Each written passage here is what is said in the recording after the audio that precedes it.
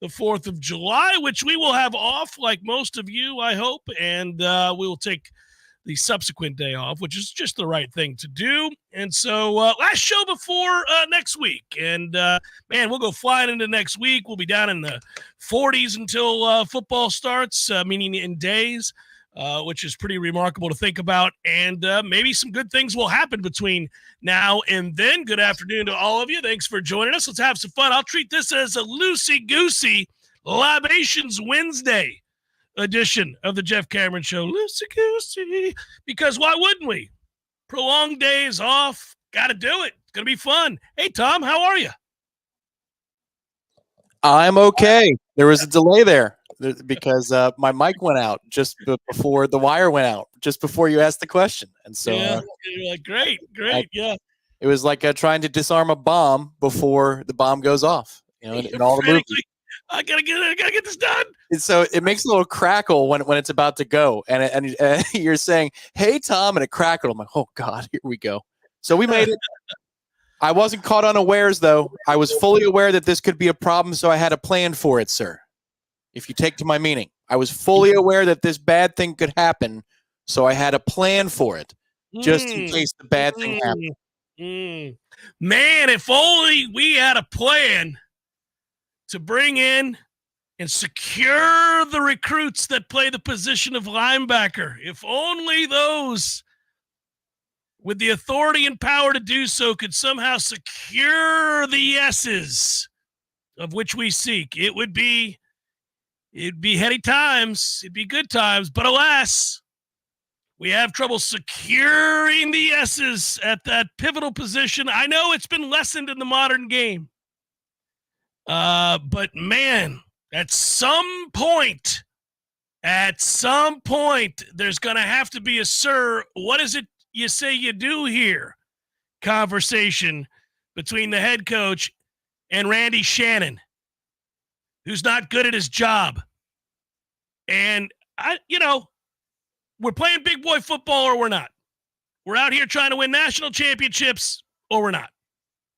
It's a tough racket. Sometimes it is an extremely tough racket, and I try to keep that in mind when I'm critical before I launch a barrage of criticism, more so than I did when, say, I was 27. I've learned from almost 30 years of on-air experience in life in general that you have to consider many factors. But, man, this is a pretty straightforward deal, recruiting is. It's not easy. It's not for everybody. Some people are really good at it. Some people are really bad at it. And a whole bunch of people are somewhere in between. And you can get into the many reasons that somebody is an effective recruiter or they're not. But it's a zero-sum sort of deal here, man. The way I look at it, the way I view it, either you are or you are not winning these recruiting battles. You're going to lose some. Happens to the best recruiters. I mean, note that the young man did not go to Georgia. He went to Arkansas. So Georgia lost this recruiting battle too, is my point. It can happen. You can lose guys. But when it's a pattern and when it happens consistently and when it always happens, then, you got to start taking a good long look at the situation and assess what needs to be done. Might that person be better served as an analyst, for example? Whereas somebody else who recently was brought on as an analyst is then elevated, perhaps to the position that you're removing the current linebacker coach from, and then now we just do a little swappity-doo. A little swappity-doo. Does that solve your problem? Maybe not. Maybe I don't know. It's not my job to know that. It is Mike Norvell's job to know that. And I think he's starting to get, if he hadn't been already, slightly concerned about that recruiting and that recruitment and the situation we find ourselves in all too often, which is having this conversation after another kid that seemed a pretty heavy lean to Florida State says no. Says, no, I'm going to go elsewhere. Arkansas? All right. Let me ask you this question. In a weird way, and I'm not excusing it, Obviously, I'm pretty upset. I'm frustrated. Frustrated's the right way to describe it. You guys know how I feel about this coach and this situation, and I think you're at a place now where we're continuing to move upward. We're upwardly mobile as a program. We're continuing to get better. So now you've had back-to-back double-digit win seasons. You've once again wrestled back control of the conference that you play in, and you are the current ACC champion, and you want to continue to elevate. And sometimes that means that you have to make some really tough decisions, and sometimes you got to put your arm around some people and say you're not getting the job done. And that's just the way that it works. Doesn't mean they're bad people or any of those things. It just means that the job is not getting done. And that is frustrating because Florida State has a lot of ammunition right now. They've got a lot of things going for them. Florida State is really doing quite well in the eyes of many recruits and of the blue chip variety, I might add. And to see that momentum halted, hopefully temporarily, once again, another situation where it's the same culprit stalling momentum, not improving upon a situation that all around him is improving. Is it easier to take at all, though, in this case, because the kid went to Arkansas, never to be heard from again? I mean, Arkansas, oh, good luck. Good luck. This could be a situation where even if he signed with Arkansas in December, we'll see you in a year. We'll see you in a couple of years. His apparently he has family ties to Arkansas with the way his brother was recruited to a certain coach / coordinator out with the Razorbacks. So that's apparently the reasoning, but that wasn't on anybody's radar yesterday. Nobody's radar. It wasn't. Oh well, you know what? There is a tie here to Arkansas, so there's a fair fighting chance that this young man. Don't count out the Razorbacks here because remember, relationships matter. Like that was not a talking point. That wasn't a thing until his family donned the Razorback gear and he chucked Florida State's hat aside and he chucked Georgia's hat aside and he said, "I'm going to be a hog." Okay. All right. Unaware. He did apparently tip off Florida State staff that it was coming beforehand, which is a nice thing to do. Keeps the calls coming in, I would think, as the season goes along and Arkansas is terrible again. I'm sure the phone calls will continue with this young man. So just as we say, hey, man, put a bookmark in it. Don't close the book and forget what page you're on. You could say that of this particular recruitment, but it was Florida State. There were three linebackers that were considering the Noles. None of whom said yes. Down the stretch. And you got a kid from the state of Washington who had a blessing apparently from his mother to come across the country and go play, but he decided to stay at home and go to UW. Then you got a kid who was considering Florida State, grew up a Florida State fan, who I think is a really good addition to the program in Nix, and he chooses Miami. And you think, okay, well, they must be okay with these decisions because Tavion's going to say yes, and he's going to be the anchor at linebacker in this class. But he didn't. So you go 0 for 3. 3 strikes. Ouch.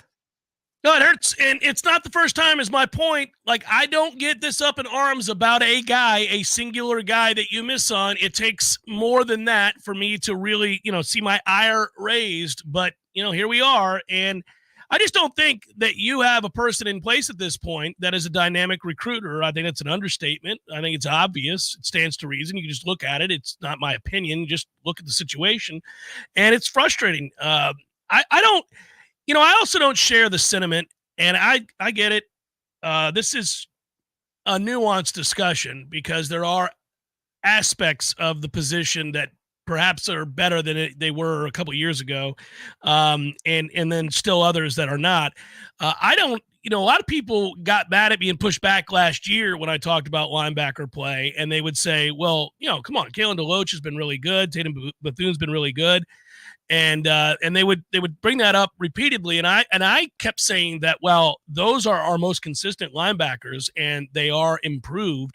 That is still not the level that I'm seeking at the position. I believe that you can recruit big time, high profile, first round draftable type linebackers. And, we talked about the level of talent. I'm not attacking character of kids at all. I liked what some of those kids brought to the room and to the work ethic of the program, and there was competence there. There was real competence there. But if you didn't believe me when I talked about maybe the position was lacking overall elite talent, well, I think the draft kind of proved me right.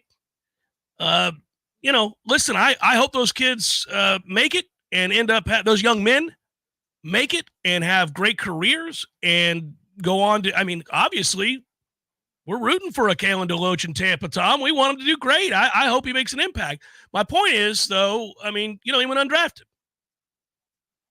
And Bethune went in the final round. This is Florida State. You got to bring in elite level talent. You got to bring in guys that you watch play all the time at the Georgias of the world, the Michigans of the world, the Ohio States of the world, the Alabamas of the world. That's who you're trying to bring in. That's the level of play I want to see. And we're just not. We're nowhere close to that.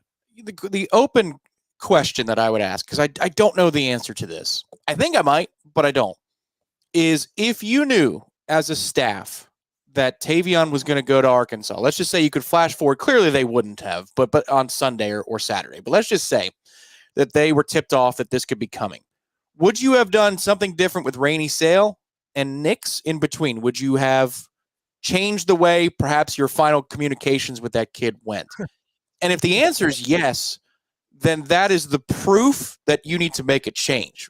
Because if you were banking on this and saying it's okay, we'll live to fight another day because Tavion is the highest rated player of these three, and this is the anchor that we're looking for. So, and that, by the way, is the kind of feeling that I got, right? Is that not the feeling you got? I don't know. I mean, I don't know that we're right on that, but that is the feeling that I got. So here's the sense that I get just consuming things from the other wing of our company and hearing those discussions. I think they wanted Rainey Sale, Zadrius Rainey Sale. I think they went and pushed very hard for him. And coming out of his Florida State visit, he was speaking to the media as though he had made a decision. And so there was one final trip to UW, and that switched him the other way. I think with Gavin Nix, there may have been some more room. Like I think they pushed hard for one kid, cross country. All right, ouch. Even though he he was originally committed to Washington, he decommitted, now he's back. Nix is the one, man, and it's just damn it. I would you have done something different with that particular kid? Would you have approached it differently with more desperation, more willingness? If you knew the Wallace thing was coming up, the answer is yes. Then that to me is the damning statement. I can't know the answer to it. But if you were banking on this, and that's the shirt that he ends up wearing, the hat he ends up wearing, man, he could flip before signing day and come back here. That's a result, not a process. The process is not getting you the intel that you require, that you should ask for. They're not recruiting at the level that they need to be a consistent national championship contender, not in the high school ranks. And there are places where that needs to happen. Now, I'm really happy this particular cycle has shown you that we're seeing that improvement on the defensive line. And that's exciting. You've got a great edge in this class. You've got 2 defensive tackles that you're excited about. So we're seeing improvement there. The offensive line was an area where we've been critical. Feel like they should be more consistently in on 4- and 5-star offensive linemen and getting more yeses. And it looks like they are now. We're seeing the improvement there. It looks like that's moving in the right direction. And then the other area has been linebacker. And, everybody who listens to this show knows I've been highly critical. This goes back a long ways. I never wanted Randy Shannon to be hired to begin with, but, that's my opinion. I don't know why Randy Shannon's here, but we've continued this over time, and I'm frustrated by it, but not to beat a dead horse. I mean, these whiffs are these whiffs. This is what you're seeing. I mean, it's not good enough, Tom. It's just not good enough. And maybe they do. I won't definitively say it's over, like you said. I mean, you got all the way till December. So who knows? Who knows? Maybe they flip him again. But right now, this process is not bearing a lot of fruit. Correct. Now, really quickly, tangentially, if I'm a kid in this situation, I do exactly what this young man did. I commit to a third party. I'm out. And then you drive up the price. I go to the Green Party. I'm not voting left. I'm not voting right. My vote matters. Tell me how much my vote matters to you on signing day. was going to bring this up, Tom. I feel like that can absolutely happen this day and age. Some people seem to be victimized by that game a little bit more than others. I just don't see it happening to Georgia all that often. Just don't see it happening to certain other schools all that often. Happens to us a lot. Happens to us a lot. So some of that might be we're not swimming in those same waters. This is it could be layered. This could be a multifaceted situation. It might not just be your linebacker coach that continually swings and misses and doesn't resonate and connect. Might not just be, that might not be the sole reason. Maybe all three of those kids were overpaid for, if you will. I don't know. Maybe. Well, and look, that's also the reality that you have to assess every single year is the high school market versus the transfer market, which is more fertile because you're going to get whispers ahead of time about who's transferring. Like you're going to have a pretty good idea. Maybe a few kids don't go into the portal, but you have a pretty good idea before the season starts what your candidate pool is. And at a certain position group, hey, man, we don't have to push so hard at D-tackle this year in the high school cycle because I've got 2 first-year players that want out at Illinois, at Michigan State, at Washington State. And they're going to be really good players for us. They're coming in their second year, so it's not like we're getting a mercenary player like a Braden Fisk. We're getting a multi-year player. So you know what? Let's save X amount of dollars on the offer that we give to the high school kid because we're going to circle back in the portal. That's all fine and good as part of the process. The issue, and it's not just optics, the issue in this case, specific to this position, unfortunately for this coach, is that you had 3 kids deciding on 3 consecutive days. And, and Narea 1 said, I'm going to Florida State. Maybe if it was 1 a month, we wouldn't think as much of it. But and the Arkansas thing by itself, you'd be like, Arkansas? Man, that's a weird one. Sorry. You know what? It happens. It's recruiting. That's weird. Arkansas. Very, very strange. They must have dumped a Brinks truck for this kid. But when you have it happen consecutively and you were in on a lot of these guys a month ago, 2 months ago, I mean, you can still turn it around. But again, it's about results and process. You might be able to still get the results, and we'll take them. But it feels like the process is a little bumpy right now. Not enough oil in the machine. Yeah, I'm not one who likes to, speak in absolutes about certain things. And I've said this before. I get that most things, a lot of things aren't black and white. They're in the gray area. Got it. But recruiting isn't one of those, Tom. It's a zero-sum game, like I said earlier. If one wins, the other loses. So when you don't get a kid and somebody else does, you lost. I don't care the reasons. You lost. And they continually lose in that arena at that position over and over again. Could be perfectly valid reasons. I don't care. You're not getting the job done. That's what one wins, one loses. You're losing a lot. Like never winning. Ever. So that's tough. That's a tough pill to swallow. And that's recruiting.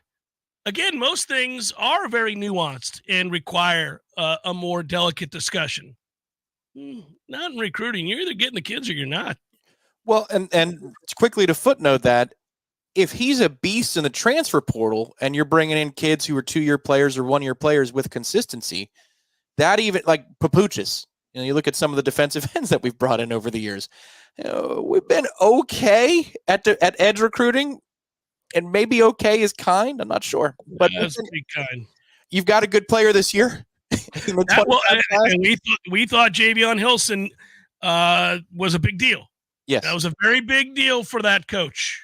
But if you're landing and you're making a pitch because you're in on it, it's not like they're just going to Mike Norvell's office and then saying yes. And you've got a reputation to where Marvin Jones Jr. talks about what Jared Verse told him, and Jared Verse talks about what Jermaine Johnson told him, and Keir Thomas told him. I mean, okay. So you're going and getting men instead of high school kids. Understood.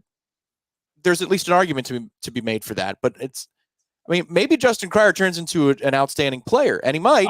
He's got a very good chance to do that, absolutely. And you could develop him into something, but you're also going to need a better win in the draft like you're talking about. On the other side, you could say that, well, I got Justin Cryer as a top 100 pick. Well, right now, you can't hang your hat on that either. You don't have anything. It's tough. You don't have anything. Empty-handed, as some people would say. Jeff Cameron Show 93.3, Real Talk Radio, Warchant TV. You probably already know that Pinch a Penny Pools and Spas is your one-stop destination for all pool maintenance needs, offering everything you need from chemicals, cleaners, vacuums, nets, and more. But that's not all.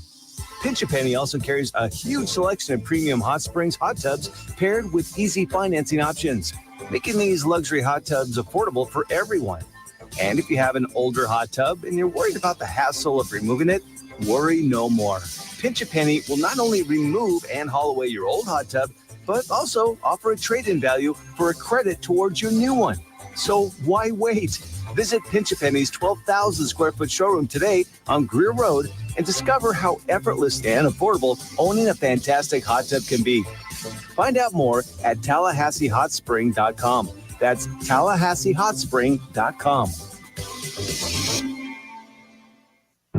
This is Shannon Young with Fairway Independent Mortgage Corporation. Investors, are you looking for a creative way to purchase your next rental property? Are you looking to get into the Airbnb space? If so, you need to know about DSCR loans. It stands for Debt Service Coverage Ratio. These are loans that do not require traditional income verification. As long as the proposed rent covers the mortgage payment on the subject property, that's the only income you need. If you're looking at investing and don't know if you can qualify, let's set up a plan to get your next income producing property and start putting you on a path to passive income. Give me a call at 954-369-6171. And don't forget, every fellow Knoll that we close a loan for, I will personally make a donation of $250 to the Battle's End. It's Shannon Young at 954-369-6171. Equal housing lender. NMLS number 373030. At Paul's Termite and Pest Control, we know if you have something in your home that's not supposed to be there, you want it gone now. Not in a couple of days, not tomorrow, but today. That's why we offer a same-day guarantee. If you call Paul's before 12, one of our technicians will be out before 5.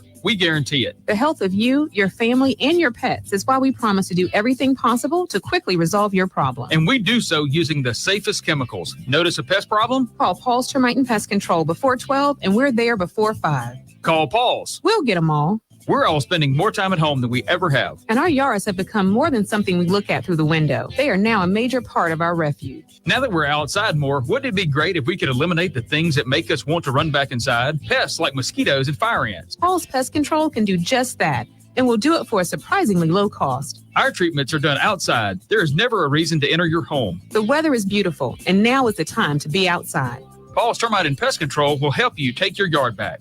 Call us for a free consultation.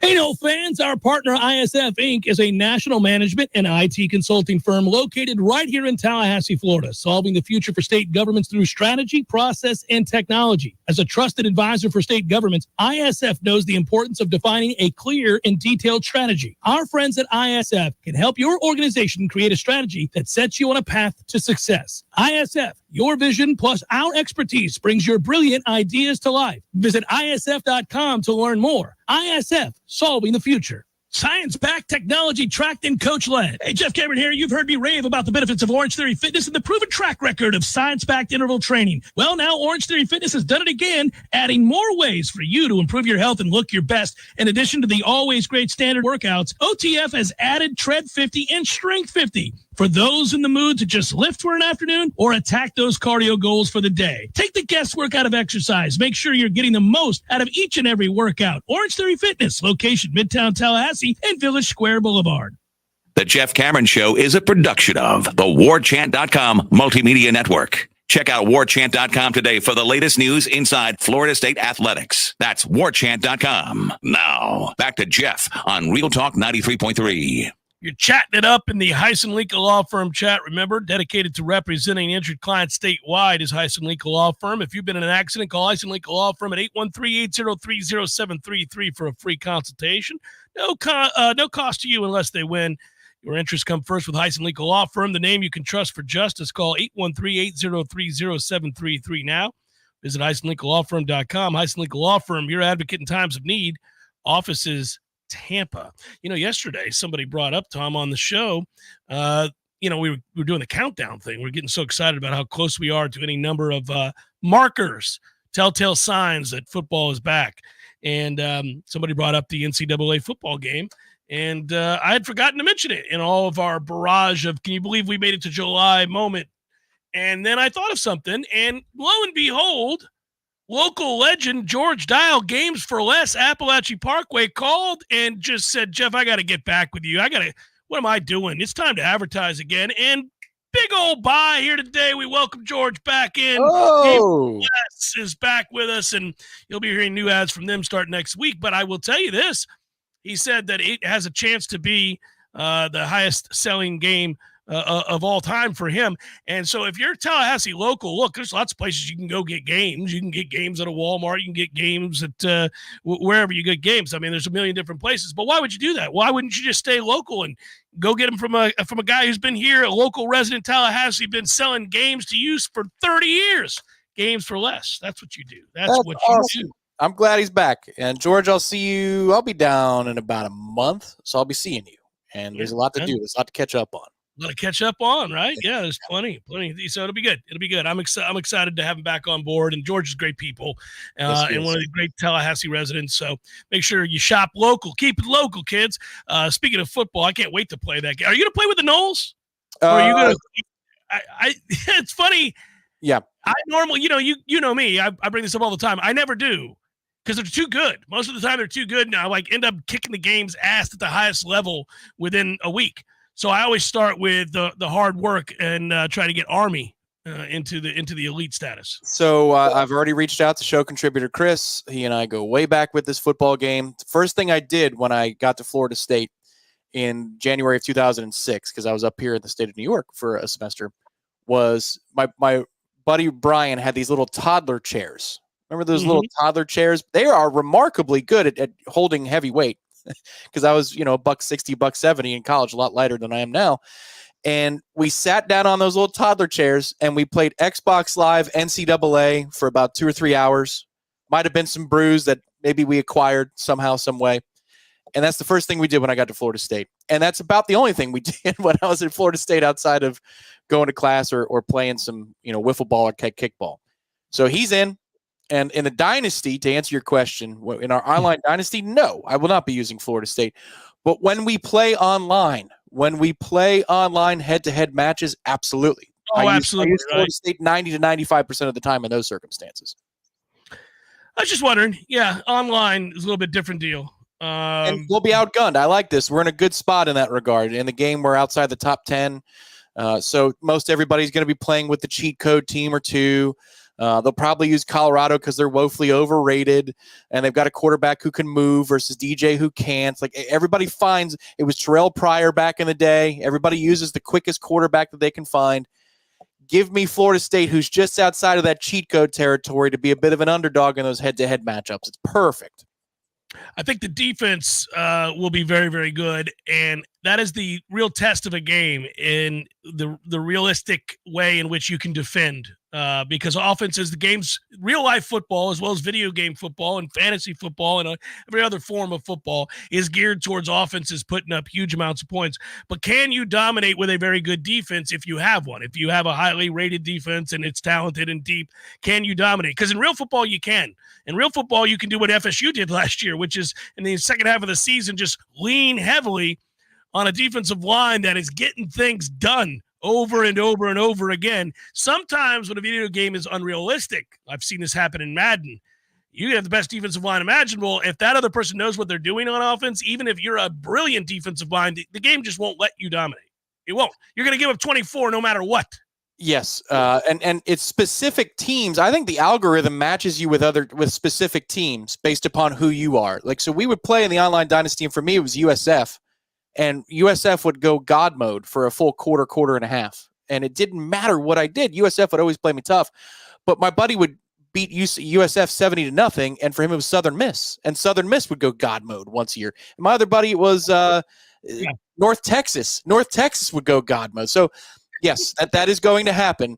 But I see you in the chat, Khalil, saying that Shedeur can't move. Well, somehow they've rated the Colorado offense as a top 10, top 15 offense. Yeah. They're going to be overrated across the board. That offensive line's all transfers. He was a chalk out line last year.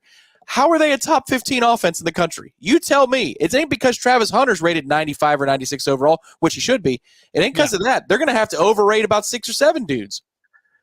Well, you understand. I mean, they're going to artificially infuse hype and overall playability for certain teams and certain players just because of the popularity of or the polarization of a team or a player, and you're going to get that. And Colorado fits the heading, right? That's the label for Colorado. Deion Sanders is very polarizing, and we watched it happen a year ago when they got off to a good start. Everybody thought, see, he's the greatest, and then they were awful. They were awful, as I predicted they would be, and they're going to continue to be awful. They'll be awful again this year, guys. So they're rated by EA as the number 8 offense in America, and they're rated by EA as the 20th best defense in America. Dude, they're going to win 10 games this year. They're going to win 10 games. They're amazing. This team is unbelievable. That's like the greatest. Man, they might play for the national title. The top 20 offense and defense. Wow. Actually, I will tell you this. If Florida State has a top 20 offense and a top 20 defense, we're going to repeat as ACC champions. You're going to go to the playoff. So, for example, they think we're just on the outside at EA. Again, this is EA's game raters. It's not metrics, but they have us as the number 22 offense. We're behind UCF in our offensive rankings, and they have us as the number 11 defense. So if we played Colorado in a neutral field, this would be a really close game, guys. I know best of 5, it's 3-2, 3-2 somebody. Well, I laughed at this when it came out the other day, and my take on it at the time was I'm not really overly concerned what people – I mean, you watch people – of course, it's the online fake world. So when you're watching people that's not really a good sample size of real people. But in the fake world of online arguing and going back and forth, people were up in arms about a video game ranking for Florida State. I'm going to hyper-focus on the real world ranking of this year's offense and defense and to see how they play and what they play up to. I think the defense has a chance to be very, very good. I've said that before. I have question marks about linebacker, which I've also said before, and those aren't going away. But I feel very good about the defensive line. I feel good off the edge. I feel good in the secondary. A lot of questions, but a lot of answers. A lot of guys that can fill those answers in, and I feel like they're going to be consistently solid. I guess I have, even though I've made the rather bold proclamation that I think this offense could be, as I said before, could be better than last year's offense. And somebody might say, well, I just don't get that. And I think it's because they'll probably be much more consistent up front on the offensive line. They'll be able to run the ball in a way that they couldn't a year ago. And I think that changes everything about a Mike Norvell offense. And the frustrations you saw from a season ago really were centered around their inability to run, especially on early downs. And I think if that becomes a component of this year's offense, meaning the ability to run, and I'm not talking about lining up and running for 7 yards on first down. I'm talking about not losing yards, not being 2nd and 9, 2nd and 10, 2nd and 11 when you do try to run, which is what we were last year when we tried to run. Stop putting yourself behind the chains. Operate from 2nd and 6, 2nd and 7, 2nd and 6.5 a little bit more often. And then it changes the playbook. It changes what you call. It changes what defenses have to be prepared for, what they have to guard against. And Mike is a very, very, very good offensive mind, especially if he's not playing at a deficit with the with a group as critical to an offensive success as the offensive line. And last year, I thought they were really. I downgraded them to a point where I felt like they were dead. Tom, they were dead. You got any problems in your life? Why don't you just go erase them? Make it go away. Yeah. So Mike is very excited about this group offensively. That's the thing that, we can talk about it. We can speculate on it. And at times you can smell if a coach is trying to sell something rather than he believes something. And Mike is not trying to sell something. He believes in the speed of this team. He believes that this offensive line is potentially the best he's had in his time at Florida State. These are things he said on the record and not caught up in the moment at a booster event. These are in interviews when he knows if he's speaking to Greg McElroy or he's speaking to us after practice that, man, okay, this is a setting where you're not trying to get some money from somebody and hype people up. This is Mike, and we've said it time and again, worth repeating here now. Mike parses his words carefully. He does. Because in the modern era of coaching, if a mic is in front of you and a camera's running, you have to be aware that you're speaking to people on a lot of levels. You're speaking to your own players. You're speaking to your administration. You're speaking to reporters. You're speaking to kids that you're recruiting. You're speaking to the national media. You're trying to create a narrative. You're trying to do a lot of things and send a lot of messages. So he's very careful about the way he answers questions. And he's even to potential recruits, he's very honest. I recall the 2021 season when we were driving up to the ACC kickoff in Charlotte, and I was asking some of the recruiting staff at the time, like, hey, what's he telling these kids? Is he trying to sell them on, hopes of a ACC championship in 21? Is he pie in the sky? And he said, just watch us play. This is what he told that class of 22. Just watch us play and look for us to win half of our games. So he's realistic even in that setting where a lot of coaches will sell you the streets are paved with gold. Like they can't wait to tell you about all the fake things that they can achieve. Mike is very reasonable in that regard, so that he's excited about it is fun. And one footnote about the video games is now that you have players, real players' image and likenesses in the games, when they do these updates, these roster updates, let's say it's late September and the Noles offense has been very explosive early on, it's a new talking point. Man, DJ's accuracy only went up 4 points. It should go up 9 points. DJ's 70% of his passes. I'm not bringing that to the JCS. We're not doing it. I'm not coming in each week going, last night I was playing EA college football and they're really sliding Benson at this point. I'm just so tired of it. And I went and looked, and they've only upgraded him by 2. And he's clearly in need of a 5. What is going on? No, I'm not doing that, guys. You're not getting that from me. Do you know that Travis Hunter's dropped 6 passes so far this year, and they lowered his catch rating by just 1 point? Okay, Malik's got 1 drop, and they lowered it by 3. What's going on here, guys? There's a conspiracy. Yeah, one more reason to add to the list of things that I loathe about the internet. and any discussion on it. Maybe not any.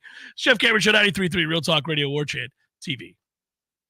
Your local news now. The Florida Freedom Month sales tax holiday began Monday. The state is offering the sales tax holiday to encourage people to get outdoors. During July, sales tax won't be collected for outdoor recreation activities like swimming, fishing, and camping. But things like life jackets and fishing rods being tax-free, the idea is to hopefully spark a new generation of outdoor enthusiasts. The sales tax holiday only applies to items that are purchased, not rented. The state expects Floridians will save nearly $92 million on sales tax this month. The sales tax holiday also provides savings for concert tickets, museums, and state park admissions. A former Thomasville High School football player, 19-year-old DeMario DJ Thurman, has been identified as the person that was killed in a car crash in Leon County. The crash happened on Thomasville Road in Leon County on Wednesday, June 26, around 2:34 p.m. It was reported that DJ's car lost control for unknown reasons. This is Rachel Linnea with Real Talk 93.3 Local News Update, brought to you by Macklemore Systems, Tallahassee's go-to Mac store. Check them out online at MacklemoreSystems.com. This is meteorologist Paul Trombley with your Real Talk 93.3 weather update. A heat advisory continues. Thunderstorms likely this afternoon. Otherwise, sunshine mixed with clouds at times. High temperatures reach up to 93. Winds out of the southeast around 5 miles per hour. Partly cloudy skies again tonight. Chance for storms. Lows dip down to about 76. This report is brought to you by the Lawn Johns. For all your landscaping and lawn care needs, visit thelawnjohns.com. Currently, it's 93 degrees. Barry knows cool. He's keeping you comfortable. Barry knows cool. You can put him to the test. Your heating and air conditioning system doesn't check with you before it takes a break. That's why we're always ready to help. Any day, anytime, anywhere. And with our annual service agreement, there are no overtime charges. Ever. At Bearno Heating and Air, we will always be there for you. Barry knows heating and air conditioning. License CAC 1816-186. There he is. Haven't seen this guy since, what was it? Oh, shoot. You two at the Sphere in Las Vegas, baby. Hey, how about that, man? Wasn't that fun? Good show. Good show. Everything about it. Nearly perfect. Nearly perfect. I had everything I could possibly want. I wanted one thing, couldn't find it, and I looked everywhere. No Cubans. What do you mean? No Cubans. There was Cubans. No, I didn't see any Cubans. Dude, No. I'm sure there was Cubans there. I mean, No. I walked around. There was a moment right before the show. I thought, got to find some Cubans. Nothing. Dude, there's Cubans. There was Cubans. I'm sure there was Cubans. In Las Vegas? In Las Vegas. No Cubans in Vegas. There's Cubans in Vegas, man. Eddie, there were no Cubans. Chef. The sandwich. There were no Cuban sandwiches. You're Cuban. Of course I know there were Cubans there. Oh, the sandwich. Yeah, no, there probably wasn't many there in Vegas. No Cubans. No, not yet. Gordo's, bringing the flavor and flair of Cuban food to Tallahassee since 1996. The Jeff Cameron Show, brought to you by Orange Theory Fitness. 2 Tallahassee locations, Midtown on Thomasville Road and Northside in the Village Common Shopping Center. Online at orangetheoryfitness.com. Man, I love to grill. The 4th of July is tomorrow. Of course, I'm going to be grilling, but sweet Jesus, we got to do something. It's got to get a little bit more reasonable outside. I'm going to be grilling for hours tomorrow, Tom, and I look forward to it. But, man, I walked out today. I was, sweet Jesus. It almost brought me to my knees. It wasn't, I mean, I've grown up in this state and I've lived in Tallahassee for a very long time. But man, this ain't it. This is hurtful. This one grabbed me. I'm sorry to hear that. It is currently 74 degrees here, and Go to hell. well, I will be close. It's close after about 7 or 8 o'clock at night. I'm going to Coney Island tonight, and we're going to stop by get a Nathan's dog, and we're going to a ball game. We're going to the minor league ball club tonight. So yeah. Well, that'll be good. That'll be a good time. Yeah, Sangason's throwing. He's on the bump. He won't be listed on your probables because it's New York Penn League. It's single A, but a little rehab start tonight. Yeah, there's nothing like going to a minor league baseball game, and you're going to get you a hot dog, and you're going to enjoy life. That'll be nice in the 70s. Yeah, 98 and humid here, Tom. 98 and humid. I won't be going outside if I can help it. If I do, it will be very, very brief to walk the dogs because you have to, because they're crazy, and we're finding that out. They need their walks. Which I knew already, but these two need their walks. Really? Okay. They got to get it out of their system. They got it. Yeah. So we have this door. So Mike and Annie are the dogs' names to refresh for memory that I got over the weekend, and they're wonderful dogs. They had their first vet visit today. That was interesting. They did fine, but they were overwhelmed by it. But we have this when it's this hot. My wife keeps this one like stuffed along. I don't even know what it's called. I don't know there are a lot of things like that in a house that women have around that I don't think men know what they're labeled as, what they are. This is like a door stopper, but it's not a stopper. It's a thing that keeps air from coming in and out from under the door. So it's like instead of like a towel, it's a decorative thing. It's a nice thing. And I don't even know that it's necessary. The door goes all the way down. There's proper lining and rubber and all the stuff that's necessary to insulate a house. But my wife has always felt like it's necessary. So we have this thing, and it's got like 2 paws on either end, and it looks like, it's an elongated bear's face, right? And it goes up against the door, and you can kick it out of the way when you want to, when you're getting in and out of the house. So that's in the Cameron entranceway. So today I walk outside very briefly just to take out the recycling. That's all. Go take out the recycling, come back in. What is in the middle of the living room? That thing with one dog on one side of it, one dog on the other side of it, having a huge tug of war. As I go to say, hey, that's not a toy, it explodes. It explodes, and little white beads go flying into the air all over the house. And they just look at me, one holding one half, the other holding the other half, wagging their tails. Like, isn't that awesome, Dad? We just destroyed this thing, ripped it in half in the 20 seconds you were gone emptying the recycling bin. That's it. There you go. I just stared, looked at them. They looked back at me. They seemed very pleased, very satisfied, very proud, in fact, that they had ripped this thing to all hell. I don't care about the thing. Like I said, I don't even know what it's called, and I'm not sure it's necessary. I just cared that I had to go get the wet vac and spend a half an hour finding beads all over the house just to suck up in the wet vac. Like, here we go. All right, anybody step on some beads? This is what it is. That was my morning. It's That was a good one. That's a really good morning. I wish you had one of the Ring cameras in the house. That would have been a great clip to capture. How are we going to do with the fireworks? Are you going to stay up with them and keep them company? Yeah, of course. We'll see. I don't know how they'll react. They don't seem overly concerned about noises the way that some of my other dogs have been. Like there's usually telltale signs and indicators, like if they're scared of the garbage truck when it comes, or they don't like. I mean, I had workers this week, and I'll tell you about these outstanding gentlemen that have now installed my brand new drainage. It's the whole system. It's the one that you spent $24,000 on, right? I did not, because if I had, I would not be telling you about how much I like these guys. But anyhow, I got a brand new drain field, and Millers did it. They did an awesome job, and it's good stuff. But what I will tell you is that I haven't seen the paranoia from them yet, so I'm very cautiously optimistic that we're not going to get a freak out. And I feel for dogs, but they're not going to be, I'm not going to get that freak out of hours on end. Because there's always the guy in the neighborhood who's lighting off fireworks at 1 o'clock in the morning. You're like, really? Come on, man. We're doing this. We're still doing this at 1 o'clock in the morning? Really? There was a guy years ago at a July 4th party at Gordo's Dan. He now works with Bumpas. Came by his house with a cannon.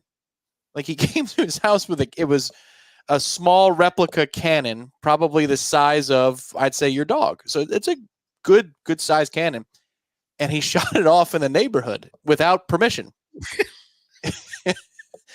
And Dan walks out of the house and he goes, "You got to go, man. Like, you got to go. There's no debate. You have to leave. Like, what are you doing?" A cannon. Shot off a cannon. Yeah. Big silver thing. Look colonial. / Civil War, late 18th century, early 19th century. Nice. Yeah, I don't want to be the old man that gets upset at fireworks, so I always embrace it as best I can. But the guy that's lighting off fireworks at 11, 12 o'clock, 1 o'clock in the morning, sir, it's Thursday. You're really that excited? Come on. You don't like your life. That's what's going on here. You're going to drink till the wee hours of the morning and just blow stuff up till 4, not because you're celebrating America. You hate your life. I see you. I got it, man. I'm going to give you a little bit of leeway here. But this is a bit much. It's a bit much. I don't know how to segue into the defensive line talk that I wanted to get into. I am really excited to see Josh Farmer. And obviously, I think if we can stop runs up the middle here, like we did a year ago, and I think they will, this has a team that might eat, Tom, and from the turnover standpoint. You may see some ball hawking that we've been waiting on. Yeah, what'll be fun is to see how the rotation works. Again, this will not be something practice will give us a good indication on, I don't believe. But okay, Farmer Jackson next to each other. They're very close. They love each other, and they can dominate together. That's wonderful.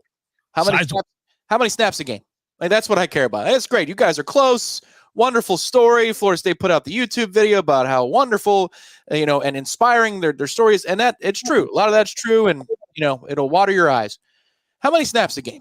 Opponents snapping the ball 70 times. You out there for 45, 55? And who's the next wave? And do we stagger leaving one of those guys out there with a Grady Kelly or with a Daniel Lyons, or maybe Durajaye slides in there and he plays quite a bit in the interior? I'm sure I'm missing a player or two, but how does that rotation look? And if it is to where they could play 55 to 60 snaps a game, man, I think they're going to do exactly what you hope that they do. Because the rotation at end is robust with talent and different specialists as well. But you got to pick only one guy you can double, unless you're going to bring in extra blockers. That's where it gets fun, is somebody's going to be in a one-on-one situation. I don't think you want that to be Darrell Jackson. I don't really think that's advisable with Josh Farmer. I know it's not a good idea with Patrick Payton. Like, you just go down the line, and it does get fun at that point. Darrell's got a chance. Again, I know he falls in the category that a lot of our guys fall into going into this season, which is the physical attributes, the tools that we described that are necessary to be a plus player, maybe even an elite player, they're all there. But when we bring up a Darrell Jackson, or we bring up, on the other side of the ball, if you bring up an Hakeem, these are guys that when you look at them, you go, all day, every day, these folks should dominate. They are gifted. You shouldn't be 6'5", 335 and built like that with feet like that, and the ability, that kind of quickness. You shouldn't look like that.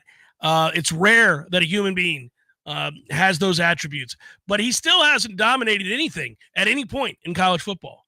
And Hakeem has huge size at wide receiver, and we know when you had glimpses, little snapshots, little moments a year ago where you went, ooh, oh, wow, there's a whole lot of special in there. We'll see if they can refine it, hone it, find consistency within it. And then I think he really was set back by the injury. So right when they were about to really elevate his reps and opportunities, he got hurt, and that was taken off the table. That's why we were so invested in the spring, amongst many other reasons, was maybe he'll show it there now that he's healthy. I tend to think he, for a couple of reasons, wasn't consistent in the spring, one of which was, again, breaking in a brand new quarterback, and then the defense knowing what's coming. But I also don't think he was 100% healthy in the spring. I felt like he was dealing with something nagging. It was nothing, obviously, that was all that awful, or else they would have just pulled him off the field.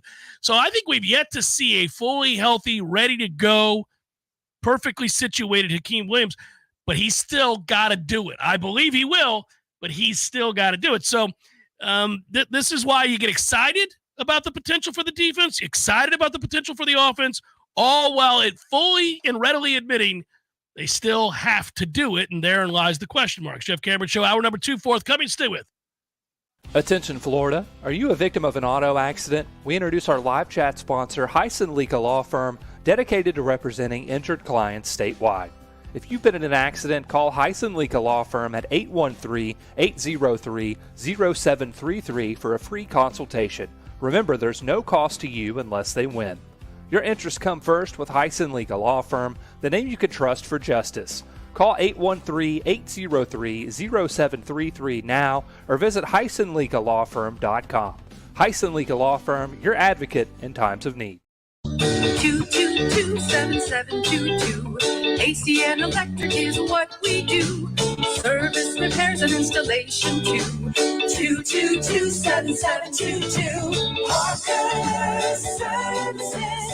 Comfort's to call away. Invest in a Peak Performance membership and you'll buy peace of mind in knowing that you're extending the life of your system and probably saving money on your power bill too. The program includes comprehensive tune-ups that keep your system running at its maximum efficiency. And Peak Performance members get many benefits, including priority service. Members jump to the front of the line when their comfort system fails. And a 15% discount on all parts. The Peak Performance membership pays for itself over and over again. Call today and have peace of mind. And now offering electrical services too. Parker Services. Comfort's to call away.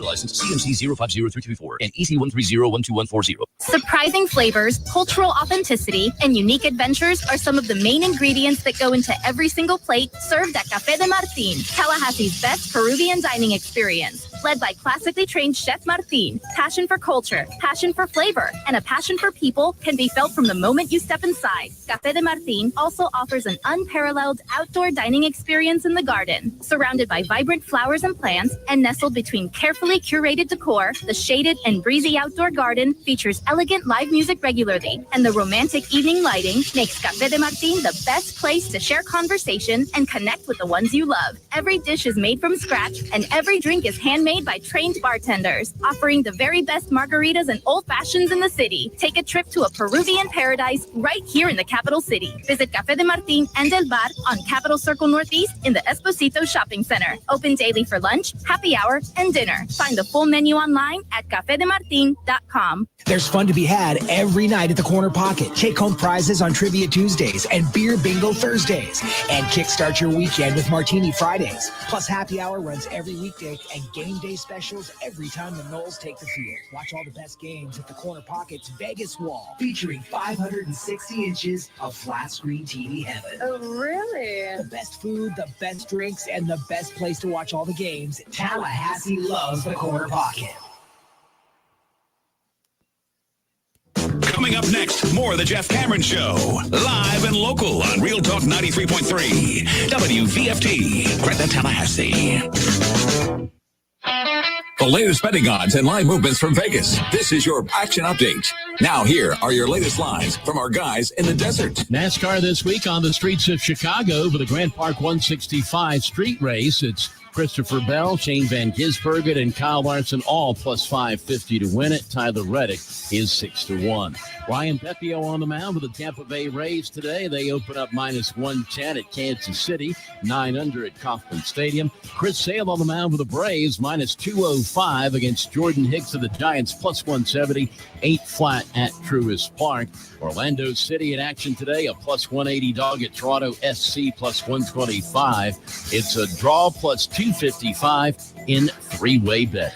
Bundle auto and home, renters or condo, and save with Progressive.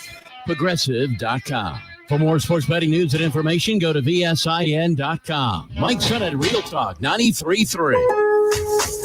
Celebrate July 4th with savings at Lowe's. For a limited time, save on the essentials you need to make your garden pop for summer, like Miracle-Gro 25-quart potting mix. Get 2 bags for just $16 and get up to 40% off. Plus, save an extra $50 on every $500 you spend on select major appliances. Hurry, these deals won't last long because Lowe's knows summer savings. Valid through 7/10. Miracle-Gro excludes Alaska and Hawaii. Appliance savings vary based on purchase amount, excluding supply. See Lowe's.com for more details while supplies last. Summer. What's not to love? Well, maybe not the scorching temperatures. Every day can't be 75 degrees with a breeze. So I went to Kohl's and stocked up on looks that'll keep me and my husband cool all season long. I got 20% off already great prices on linen dresses, cute jumpsuits, and comfy polos. Plus, I saved $15 because I spent over $75. And I earned Kohl's cash. So bring on the summer heat. We're ready to weather it in style. All thanks to Kohl's. Select styles. Offers end July 7th. Some exclusions apply. See store or Kohl's.com for details. Thank you for calling the Medicare Help Desk. How can we help you? Can you help me choose the right coverage for myself and my wife? We sure can. We can help you choose from Medicare supplements, Medicare Advantage, or standalone prescription drug plans from over 30 different insurance carriers. How much does it cost? We have a fixed income and can't afford extra expenses. At the Medicare Help Desk, the consultation is completely free. We are...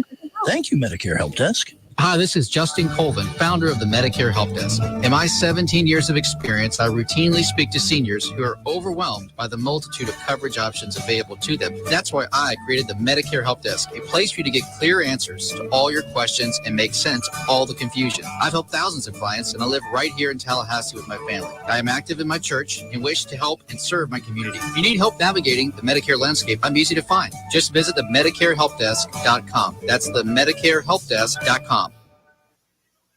Your friendly neighborhood bar and grill just got a whole lot closer to home. You can now order delicious Smitty's Tap House and Grill for delivery directly to your doorstep. Just visit Smitty'sTapHouse.com, click the Order Online button, and choose Pickup or Delivery. Enjoy Smitty's famous handmade pretzel with beer cheese, juicy pub burger, or even the amazing schnitzel sandwich, delivered fresh right to your doorstep. Support local and order online today for takeout or delivery at Smitty'sTapHouse.com, where everybody knows his name. Science-backed, technology-tracked, and coach-led. Hey, Jeff Cameron here. You've heard me rave about the benefits of Orange Theory Fitness and the proven track record of science-backed interval training. Well, now Orange Theory Fitness has done it again, adding more ways for you to improve your health and look your best. In addition to the always great standard workouts, OTF has added Tread 50 and Strength 50 for those in the mood to just lift for an afternoon or attack those cardio goals for the day. Take the guesswork out of exercise. Make sure you're getting the most out of each and every workout. Orange Theory Fitness, location Midtown Tallahassee and Village Square Boulevard.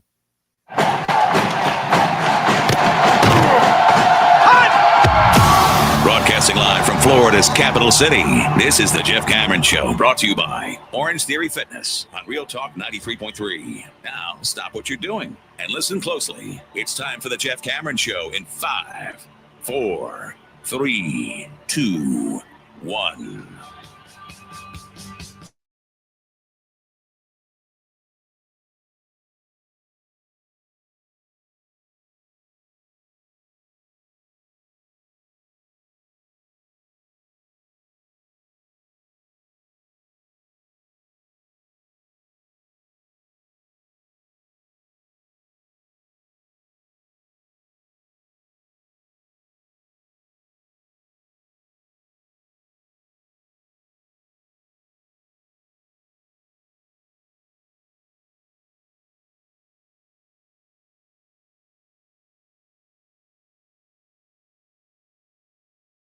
the family, enjoy the backyard barbecue and the celebration of the United States of America. And then we shall get back at it next week on Monday and be that much closer. If you just tuned in and missed that first hour, yes, I did address another swing and a miss from Randy Shannon. Tavion Wallace decides to go to Arkansas. And as you could imagine, when the news came in, Tom, when did you first hear about? Where were you, sir, when this news came down? And did you think, Jeff's going to have fun with this one?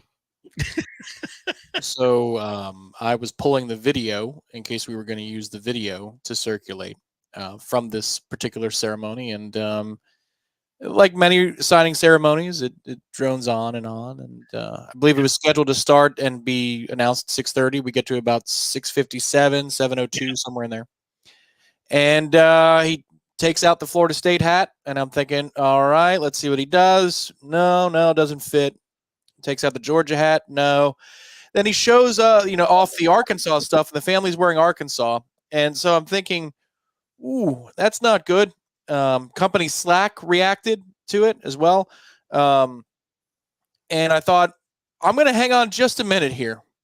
These kids, you never know. Yeah, they can flippity-do. They can do it all. Arkansas seems like a really weird play. Maybe he's going absurdist here, absurdist humor, and then he flipped, and then the stream ended. And I thought, okay, all right, well, Arkansas it is. All right. Oh, we're in the second inning. Good. No score. All right. Perfect. That's what we want. Yeah, I did the old, okay, time to settle in and watch the Cardinals blast the Pirates, and my night will get all the better. Great, here we go. So Buccos lose. Keller, not just screwing Mitch, gets screwed, and gets dominated early. And then resonating in the background was the information that we're discussing now. So I thought, well, this night can go to hell. I'm going to go to bed. This is just not getting it done. I just want tomorrow to be here. This is not a good night. Hey, man, we've got a 4-gamer. We got a Friday to Monday little wraparound action in baseball. Hey, no. I said wraparound. I did not say anything. I said wrap. But you were so aware of how close that was that you were like in baseball. You made sure you said Well, that's why I said the face cheek. Yesterday I said slap in the face cheek to make sure that nobody could catch that the wrong way. Well, we're catching all your dudes. You got Skeens going on Friday. We're going to see Keller. We're going to see Jones. And then Bailey Falter is having a good year for you. Until the last start when he got lit up. Well, he's at a 340 even with that bad start. Well, it was a little shaky. Shaky. But yeah, man, we'll see.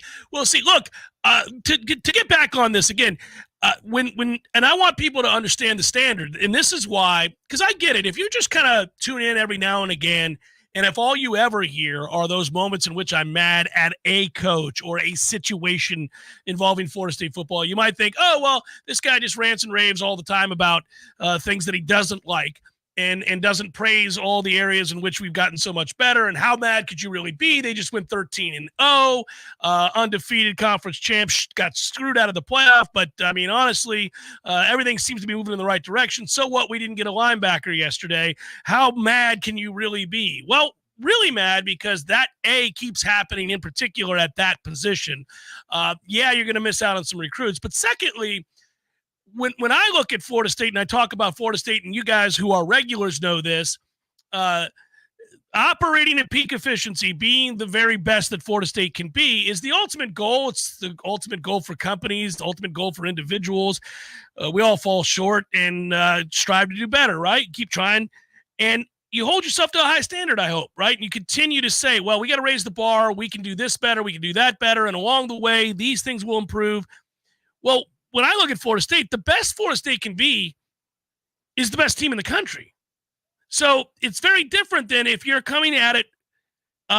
If this were the same discussion 4 years ago, I'd say that ultimately where you want to get to is you are the best in the country, but we're a long way off from that right now. So I've got bigger things to worry about than kids who are not flocking to a program that is down in the dumps right now. We've got to get a locker room flipped. We've got to change mentality. We've got to have a financial investment. We needed a lot of things to get organized before the players would begin to come in.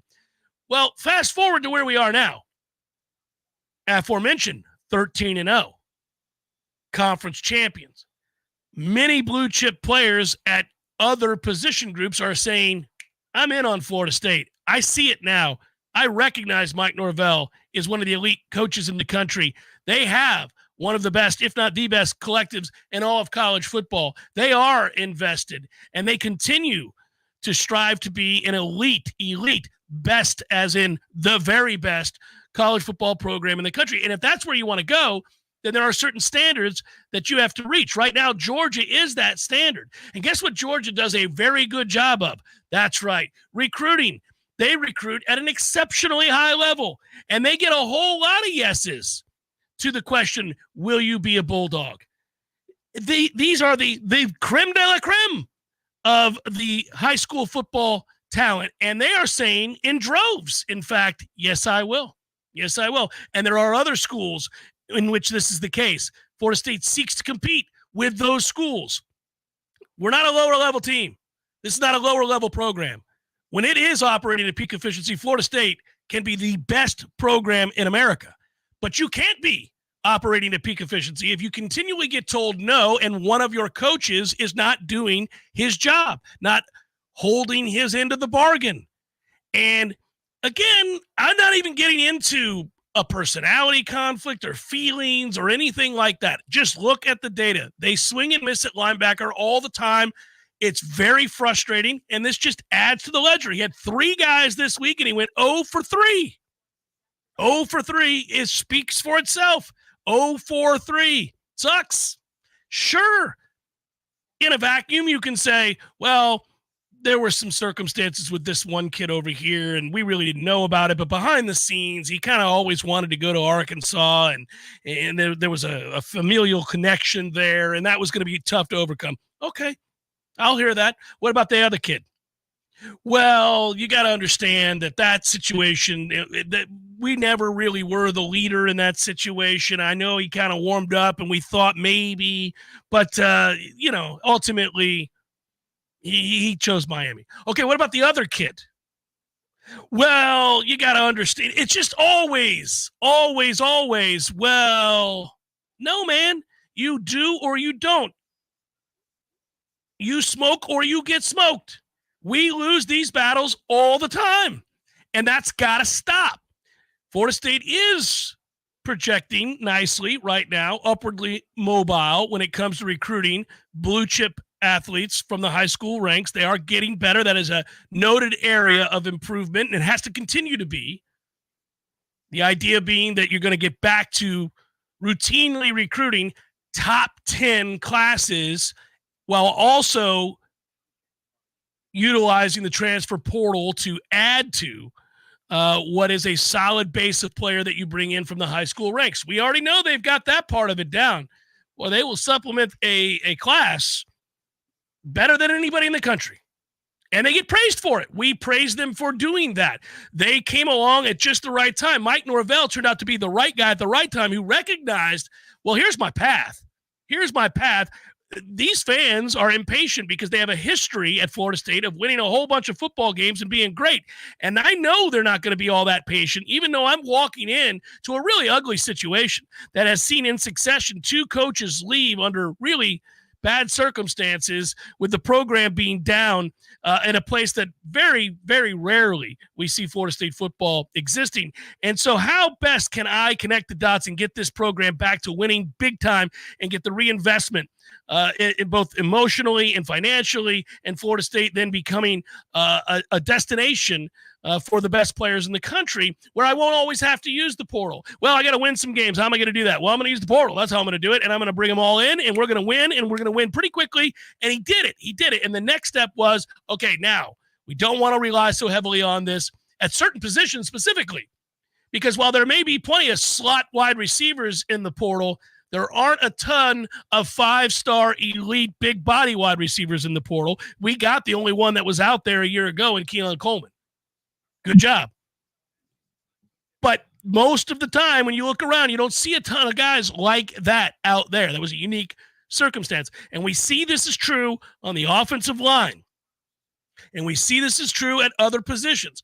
And man, Right now, we're swinging and missing a lot, period, at linebacker, and this is not going to get it done. And it's a fair criticism, and it's not a personal attack or front, and it's not just yelling to yell. That has to be better if they're going to be a consistently dominant, upper echelon, elite level, national championship caliber program, period. So that's why we're having this discussion again. Like, maybe you've just tuned in a few times. You're like, man, he hates this linebacker coach. It's not personal. I don't know Randy. We've never gone out to eat. I've never had that many conversations with Randy. I don't. That's what this is about at all. I just see the results. As I said last hour, zero-sum game in recruiting. You either get him or you don't. Either the player comes to you or he goes somewhere else. When he goes somewhere else, that program wins. You lose. That's it.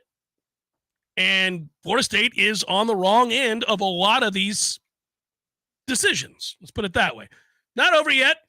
Modern world of recruiting is a very strange one. You know, maybe you end up getting them after all. We're not going to know until December. So certainly they won't give up, and they'll continue to fight. And maybe if it does happen that they wrestle back control of the recruitment and they get the young man and he says yes and decides to, decommit from Arkansas and goes to Florida State, well, then we'll say, okay, well, good job, Randy. Boy, that was like pulling teeth, but all right. Maybe we will. I hope so, but I don't hold out a lot of hope because the track record doesn't suggest I should. Yeah, this is something where you've got a player like an Azarie Thomas at corner, like Shaheem Brown at safety, like Patrick Payton at defensive end. You know, you're excited about what the transfer portal's brought you at receiver these last few cycles. Malik Benson is the latest, but you're excited about what Hakeem Williams could be at receiver, what Lucas Simmons and Andre Otto are going to be on the offensive line.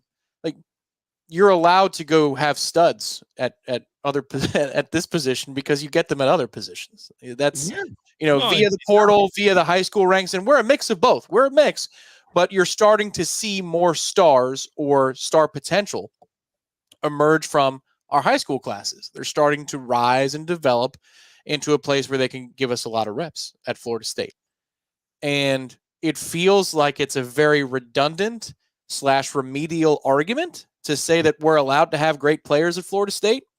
But here I am saying we're allowed to have great players at Florida State. And if you want to argue that we should have great players at Florida State, I'm not going to argue with you. And that can happen at any position. We're allowed to do that. It's a thing that can happen. It is. Yeah, it's mandated, in fact, if you seek to win national championships. And great job, Cubby Dole, in reference to Glengarry Glen Ross, one of the great movies ever, great plays ever. Yeah, man, that's right. Get them to sign on the line, which is dotted. It is frustrating. We'll see.